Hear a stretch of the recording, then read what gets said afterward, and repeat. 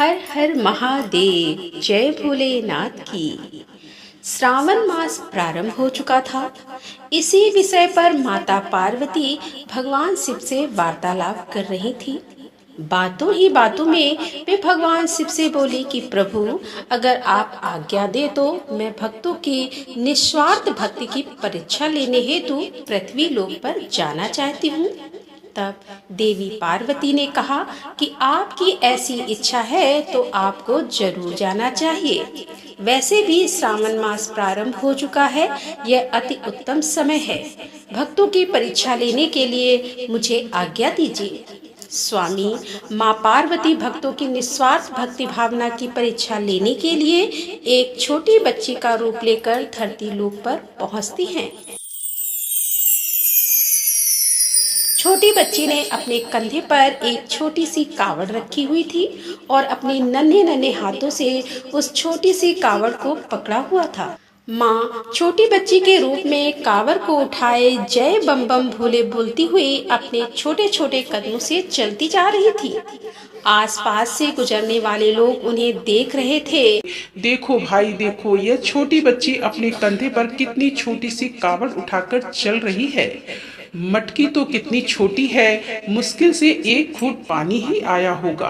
अरे आजकल सावन मास है ना, तो कावड़ यात्रा प्रारंभ हो गई है।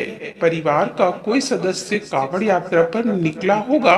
ये बच्ची साथ गई होगी, वो पीछे होगा, बच्ची आगे आ गई होगी। जरूर बच्ची ने जिद की होगी तो ये छोटी सी कावड़ बनाकर दे दी होगी। माता पार्वती आते जाते लोगों की बातें सुन रही थी। अब उनका माया रचने का सही समय आ गया था। वे आते जाते लोगों को रोकने लगी और भैया जी जरा मेरी बात सुनो, बोले। बिटिया क्या काम है? मुझे जरूरी काम से जाना है, मुझे देर हो रही है। मैं ये कांवर लेकर जा रही थी, कुछ देर आराम करना है। क्या आप मेरी कांवर थोड़ी देर उठा सकते हो? मैं कुछ देर आराम कर लूंगी। नहीं बिटिया, मेरे पास तो बिल्कुल भी समय नहीं है। तुम ऐसा करो, किसी और को बोल दो। अच्छा, मैं आपसे यह काम मुफ्त में करने को नहीं कह रही हूँ। इसके बदले में आपको 10 सोने के सिक्के दूंगी। क्यों मजाक बना रही हो बेटी? तुम इतनी छोटी सी हो, तुम्हारे पास भला सोने के सिक्के कहाँ से आए हैं? मैं झूठ नहीं बोल रही, ये देखो, यह रहे सोने के सिक्के। माता पार्वती अपने चमत्कार से एक हाथ में 10 सोने के सिक्के उत्पन्न करती हैं। चमचमाते सोने के सिक्कों की चमक से आदमी लालच में आ जाता है। हाँ हाँ, लाओ लाओ, मैं तुम्हारी कावड़ पकड़ लेता हूँ। तुम थोड़ी देर, क्या जितनी देर चाहे आराम करो। अच्छा ठीक है, तो लो ये पकड़ो। आदमी को लगा छोटी सी कावड़ पकड़ने के बदले में 10 सोने के सिक्के मिल रहे हैं, तो उसमें तो लाभ ही लाभ है। आदमी ने जैसे ही कावड़ अपने कंधे पर रखी, कावड़ का वजन इतना भारी हो गया कि आदमी एक ही पल में थक गया और हार मान गया। अरे अरे अरे, संभाल लो अपनी कावड़, यह तो बहुत भारी है, यह मुझसे नहीं उठाई जाएगी। अरे भैया, आप मेरी इतनी हल्की कावड़ को भारी बोल रहे हो। जब मैं इतनी छोटी बच्ची इसे उठा सकती हूँ तो आप क्यों नहीं? फिर आपको अब ये सोने के सिक्के नहीं मिलेंगे। अरे कोई बात नहीं, अपने कंधे थोड़ी न तोड़ने हैं। इतनी भारी कावड़ उठाकर अब तुम और किसी को बोल दो। अच्छा, माँ पार्वती हंसने लगती हैं और उन्होंने जानबूझकर कावड़ का वजन बढ़ा दिया था। उसके बाद बहुत से लोग सिक्कों के लालच में कावड़ उठाने के लिए रुकते, पर स्वार्थी लोगों के लिए वो कावड़ भारी हो जाती थी। माँ पार्वती तो भक्तों की परीक्षा ले रही थी कि कौन जानता था कि वह छोटी सी बच्ची स्वयं देवी पार्वती हैं। चलते चलते माता पार्वती बहुत से लोगों की परीक्षा ले चुकी थी, पर अभी तक इस परीक्षा में कोई भी सफल नहीं रहा था। कुछ देर के बाद एक आदमी अपनी गर्भवती पत्नी के साथ वहां से गुजर रहा था। माता पार्वती ने उस आदमी को आवाज ली, ओ भैया जरा रुकना तो सुनो, वह छोटी बच्ची हमें बुला रही है, कहीं उसे हमारी जरूरत तो नहीं है? हमें रुकना चाहिए। हाँ चलो जाकर पूछते हैं। किशन नाम का वो आदमी अपनी पत्नी राधा के साथ बच्ची के पास जाता है। क्या हुआ बिटिया, तुमने हमें आवाज क्यों दी है और तुम्हारे माता पिता कहाँ हैं? भैया, मेरे माता पिता थोड़ा पीछे रह गए हैं। मैं आगे निकल आई हूँ और मैं उनकी प्रतीक्षा कर रही हूँ। मैं और मेरे माता पिता कांवड़ यात्रा पर निकले, पर चलते चलते मैं बहुत थक गई हूँ। मैं अपनी कांवड़ को जमीन पर नहीं रख सकती हूँ। बापू ने कहा था कि इसे कंधे पर ही रखना होता है। अगर तुम कुछ देर मेरी कांवड़ को अपने कंधे पर रख लो तो मैं थोड़ी देर विश्राम कर लूंगी। तब तक मेरे माता पिता भी आ जाएंगे।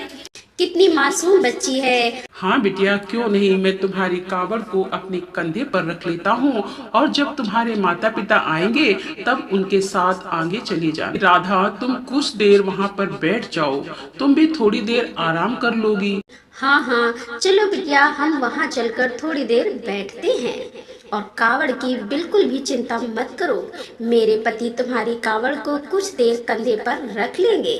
पर आपको क्या इसके बदले में मेरे से कुछ नहीं चाहिए? आप मेरा यह काम मुफ्त में ही कर दोगे। अरे बिटिया, भगवान भोलेनाथ की पूजा के कार्य के लिए मैं भला पैसे कैसे ले सकता हूँ? और ऊपर से तुम इतनी छोटी सी प्यारी सी बच्ची हो। तुमसे पैसे लेकर मैं भगवान को क्या मुंह दिखाऊंगी? हमें कुछ नहीं चाहिए।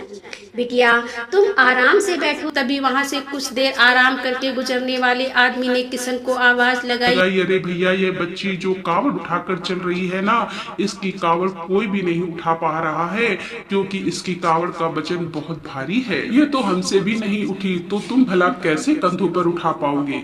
बदले में तो यह बच्ची हमें सोने के 10 सिक्के भी दे रही थी। जब कावड़ ही नहीं उठा पाए तो सोने के सिक्के भी हाथ से चले गए। मेरा काम तुम्हें बताना था। कावड़ उठाकर पहले ही मेरा कंधा दर्द हो गया है। अब थोड़ी देर आराम करके अपने घर जा रहा हूँ, बाकी तुम्हारी मर्जी। हाँ, ये सच है। मैंने सबको यही कहा था कि 10 सोने के सिक्के दूंगी। अगर आपको चाहिए तो मैं आपको भी दे दूंगी। नहीं बिटिया, मुझे कुछ नहीं चाहिए। मैं तो बस भगवान भोलेनाथ के कार्य में सेवा दे रहा हूँ और सेवा का कोई मूल्य नहीं होता। किशन की बातें सुनकर माता पार्वती बहुत प्रसन्न होती है और कांवड़ का भार हल्का हो जाता है। किशन कांवड़ को उठा लेता है और माता पार्वती अपने रूप में आ जाती हैं।